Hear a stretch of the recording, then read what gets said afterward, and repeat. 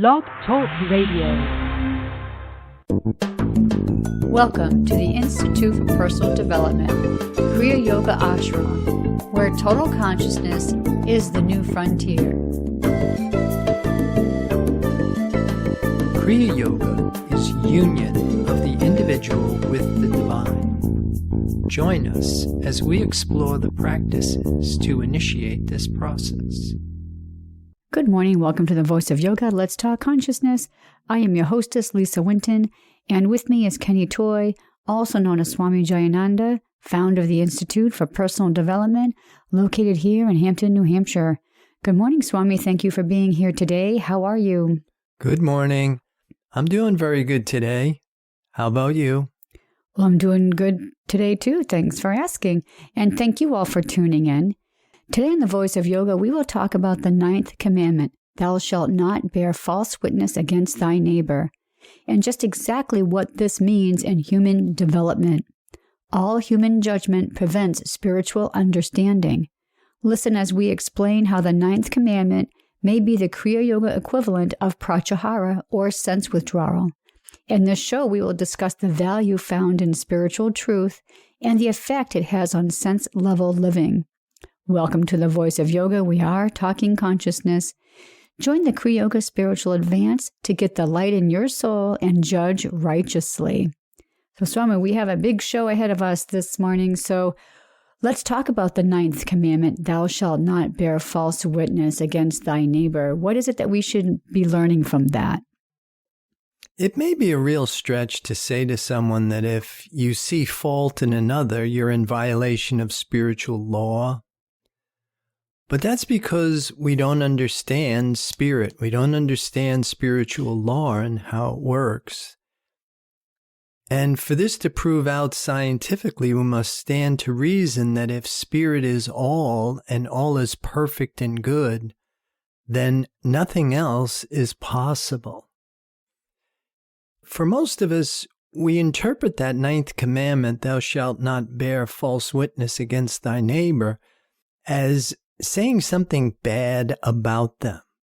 But to say something good about them is a judgment as well as to say something bad. And we really want to start to understand what judgment really is on a human level. Because as we have been saying in these earlier shows, that we really want to forsake all human thinking. That's a real stretch for anybody. That to really understand that this concept of being a human is a false sense of existence. And we really want to start to understand the truth of our being. And in order to do that, we must know that this is a spiritual universe, not a material universe. So when we're talking about bearing false witness, we're not talking about conduct to our neighbor or do unto others, that saying. So let's dig a little bit deeper on that. So if I have a neighbor, or if I'm looking at someone, it doesn't have to be a neighbor, how am I supposed to be thinking of that person? Well, again, to forsake it humanly means that you don't stop at the physical appearance. You don't stop at the testimony of your five senses. You forsake what we call human thinking or mortal thinking, and you start to know the truth, which is that what is before you is really divine presence. It's appearing as a person in your thought.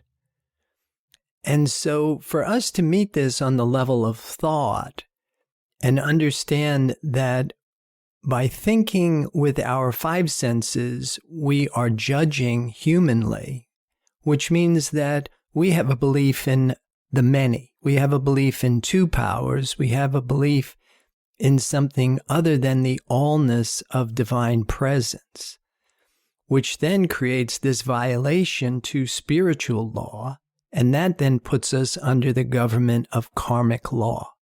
Karma is really the perfect accountant. What we put out is what we get back, but we're in the cycle of death and rebirth. We're in this false sense of existence, and we have a belief in mortality. So we identify with ourselves materially. With that, we are sowing to the flesh, which means that we're going to die. And what we're really trying to do is we're trying to liberate ourselves from this law of karma. And in order to do that, we really have to forsake our human identity and assume spiritual identity. Because we're not a physical body with an expiration date, we are an eternal spiritual being. That's a real shift in consciousness, and that's what we were saying in the opening. That's Pratyahara, sense withdrawal, in the true meaning of the term. And in order for us to do this successfully, we really have to understand that there are modes of thinking. If I'm looking at somebody walking down the street and I say, that looks like a homeless person, or that person is walking their dog, I'm basically recognizing them with my eyes, with my mortal sight, and not with my spiritual sight. So I shouldn't be looking at them, whether they're male or female or a dog or a cat. Everything is the reflection of the divine spirit. Right. And that's to judge righteously, to be able to see things with your spiritual sense, to perceive the truth of being, the perfection of being, and the beauty of holiness is really our responsibility. Most of us are abiding mostly in the testimony of our senses, and we're not piercing through that. And that's exactly what we're starting to learn, is the benefit that comes with that. To be able to see things from a different perspective and not particularly being controlled by this external appearance, which we're starting to learn is just a thought in my consciousness, but it is not the divine idea. It is not the will of the Father that I'm perceiving. It is just my personal mentality. So it sounds like that's going to be challenging for us, because we have been doing this all of our mortal lives. We look at things and we label them. That's a dog, that's a cat, that's a horse, that's a person, a man, a woman. We have to look past that. And that's a challenge that I think I've been talking to you about, is that I will label things, and then after I go, oh yeah, but that's a divine person, or that's a divine being, not a bird, a dog, a cow, whatever. Yeah, but the thing is that if you really cross-examine it, you're replacing the many for the one. That no matter what it is that appears before you is this one divine life appearing as a computer screen, appearing as a lamp, appearing as a car, appearing as a person. And so the reverse, I think, is a lot easier than the way that we're going about it, because we're having to learn the many rather than living out from the divine presence of the one. So we mentioned in the opening that this human judgment will prevent spiritual understanding. I think you've touched upon that already, but can we just go maybe a little bit deeper with that? Yeah, spiritual understanding, the first order of business is we need to know ourselves in the way that we are known by the Creator, which is we need to know the spirit within our own self. Once we have spiritual identity, then to be able to recognize the spirit, the divine presence, or the divine idea of whatever it is that is before you becomes easier. And the reason it becomes easier is because of the physics of spirituality, that like attracts like. So that if you are in spiritual identity, now the first thing that starts to happen is that we learn that to be in spiritual identity, it really dissolves a personal sense of who you think you are. It dissolves the false sense of identity with the material or the mortal creature that we think we are, which then puts us in a completely different frame of perspective, that we're now seeing things from the truth of being. But the first order of business is we must see ourselves in that perfect state of harmony and divine love. All right, so we have to understand who we are first individually, that we're from this divine source. And then we have to see everything and everyone, every being in the same way. Well, it sounds a lot like the term we use in yoga, namaste. Right. And to really understand what that means when you are acknowledging the divine presence, the divine idea of what it is that is before you, becomes your new mode of thinking. You make your mind an avenue of awareness for divine mind. And in doing that, then of course you're able to judge righteously. You don't bear false witness. You're not accepting the image that is before you, but you are recognizing it as the divine appearing as an image. So if we look at somebody and they have some type of a disorder or a condition, and if we recognize it, then that means that we are in violation of the spiritual law. Right, that's false witness.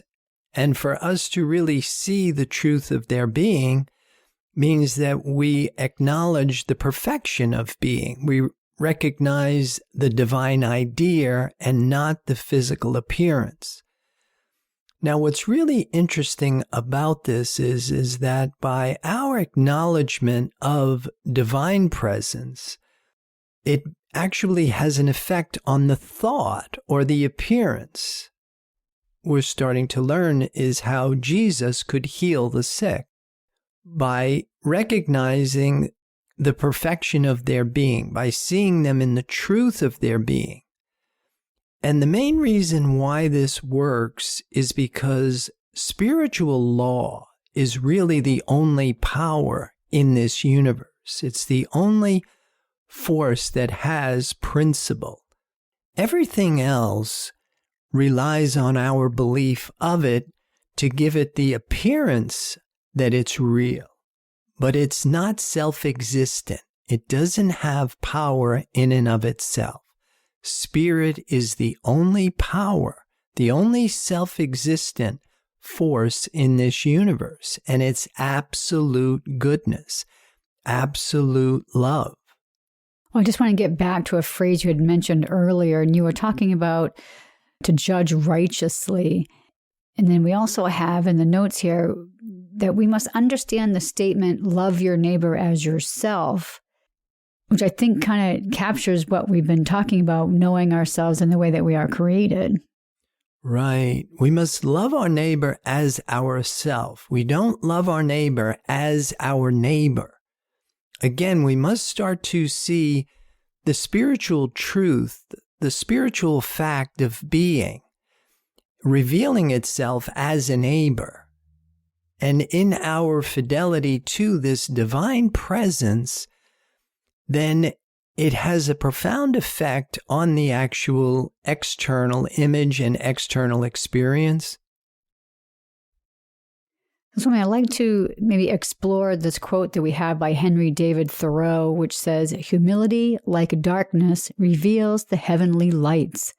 Can you break that down for us?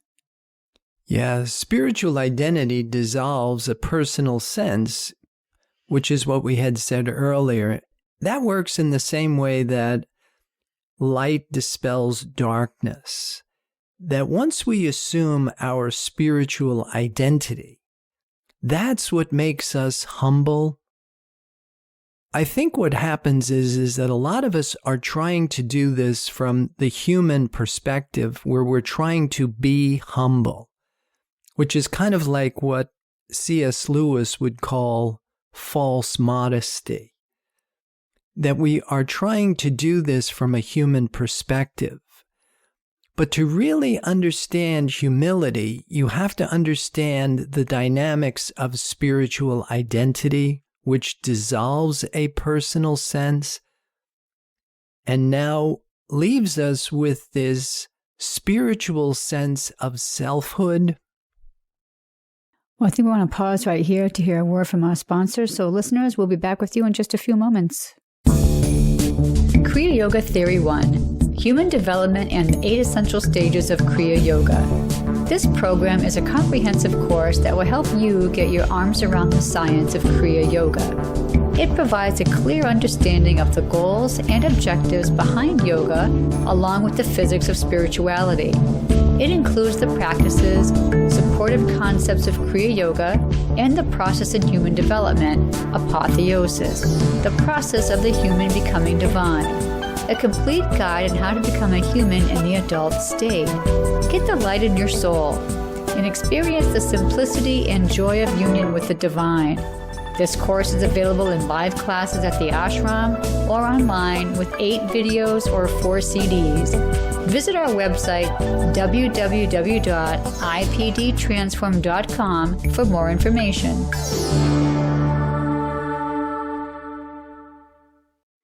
Welcome back. For those of you just joining us, you're listening to The Voice of Yoga, and we are talking consciousness. So, Swami, I'd like to get back to the summary of the show, and we said that we were going to explain how the Ninth Commandment may be the Kriya Yoga equivalent of Pratyahara, or sense withdrawal. So can we start making some connections with that? Well, yeah, sense withdrawal, the 5th stage in yoga, is where we have to move beyond our 5 sense logic. We have to move beyond living out from duality, and we have to move into unity consciousness. We have to start to see things with spiritual sense, spiritual identity, which is a huge shift in thinking. The Bible calls it repent. We have to think differently. And to start to see things from the truth of being is very different than what we're accustomed to looking at with our 5 senses. But I think it's also important to understand that it's really never going to be about the conduct. Humility doesn't make us spiritual. Gratitude does not make us spiritual. It is being spiritual that makes us humble. It is being spiritual that makes us grateful. And so using the conduct is helpful in order for us to be able to move consciousness into this higher realm of understanding. But you never want to be a human trying to do this humanly, that you really have to assume your divine identity. Well, I see here that you have some words from Herb Fitch. I think maybe now might be a good time to maybe talk about those. Yeah, Herb Fitch in Revelation of St. John, and this was from the 3rd class, the 2nd half. There's a quote that says, "To do the will of the Father, you must be divine. So you must accept your divinity. For the will of the Father is only done in divinity. You can never cling to a human sense of self and do the will of the Father. You will be doing your concept of what you think is the will of the Father. You'll be running to your neighbor to do a good deed because you think that's the Father's will. But you won't recognize the Christ of your neighbor, and that is the Father's will." Very important distinction here that he's bringing out, that if we don't judge righteously, if we don't recognize the spirit within ourselves, then it's not going to be possible for us to recognize the spirit within your neighbor. Making that shift where we start to forsake our material values, our material sense level of living for this divine truth, this divine knowing, is Pratyahara. Again, that's sense withdrawal. Now you are living from a completely different barometer, different level of understanding of yourself and the universe that you live in. So I think it's safe to say that there's many of us, myself included, that think that we are doing the Father's will, thy will, and not my will, then now you're saying that we have to really step back and look at what is really going on here, what's really motivating us, and where are we operating from. Right. Once we start to forsake our human modes of thinking, trying, thinking, believing, striving, and we make our mind an avenue of awareness for divine presence, eventually divine mind will take over the scientific government of your being, and then all you are is a channel. You become a transparency for this divine presence. As Jesus said in the Bible, it is the Father within that does the work. So now, without striving, without trying, you're actually living under the grace of divine law, which again is the only power in this universe. So it's definitely an upgrade from the old theology, the old mode of living that we are accustomed to doing, from this human level where we're basically powerless. But in order to really make this upgrade, to make this shift or transcending human limitations, there's a method. And the method begins with accepting ourselves as spirit, knowing this truth, that this is a spiritual universe, and I am a spiritual being. So I understand we have to recognize the Christ of our neighbor. We have to see the divine idea of what's appearing before us, see the perfection of being, the beauty of holiness. And from there, then we can start really making some changes. And would you also say that that's where healing takes place? Yeah. Just maybe to add to what you're saying, we don't just see the spiritual identity of your neighbor, you must see it of yourself. In order to complete the circuit, the spirit within you communicates with the spirit within everything that is appearing before you. And so once you have that and you activate that, then you're under divine law, which means that there's no longer any trying or struggling or striving here. And it sounds like a phrase that you were saying for years, and that's like attracts like. That's exactly right. And what we have been calling the physics of spirituality. That's why it's so important that Pratyahara is the 5th stage of yoga, that there are 4 previous stages that one needs to master before you can actually accept yourself spiritually. That you can start to identify with this total consciousness. There is this level of understanding that transcends our 5 senses. And once we start to live out from our spiritual sense, then we're communicating with the divine idea of creation as opposed to the false sense of appearance, which most of us are trapped in and fooled by, and we're hypnotized by it. And we're reacting to it, but it's not real, and it's got an expiration date. Once we can start to recognize it for what it is, and we start to see this truth of being, we start to live under the protection of divine law, as opposed to relying on material means all the time, relying on mental means, positive thinking, all of the things that most of us are accustomed to doing really create an obstacle for us to get this upgrade. So I know for us to be in this spiritual identity, we've been working with that phrase that we must put off the old man. It sounds like that's what you're just talking about. Exactly. And exactly what that means is we must put off mortality. We must put off the belief that I am a physical body. And then so from here, if that's the case, then you're also saying, I think you mentioned this earlier, we would have to give up our sense of what we think we need, what we want, and what our purposes are. Exactly. And by accepting spiritual identity, you are accepting fulfillment. Spirit doesn't have needs. Spirit doesn't have anything that it is required to do. That spirit just is a transparency for the will of the Father.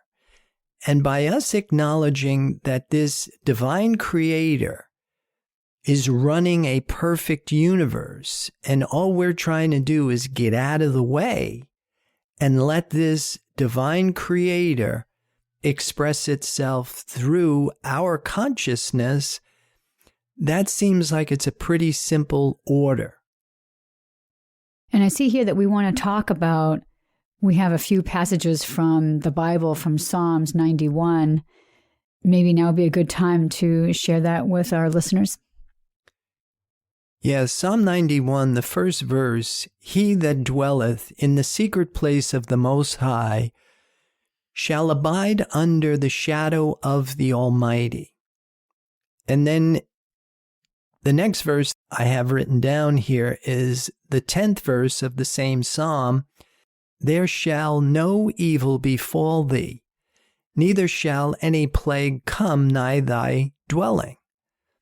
So in other words, once we have abided in this secret place of the Most High, which again, we must understand, what is that?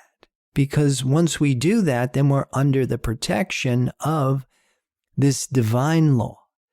If we don't assume spiritual identity and we continue to live out from our human sense of who we are, and again, coming back to Herb Fitch in Revelation of St. John, and this was in another quote from Lesson 3:2, that existence is divine, not mortal. It is an immortal self. The human image that you have entertained about yourself is your mental imitation about the divine image that you are.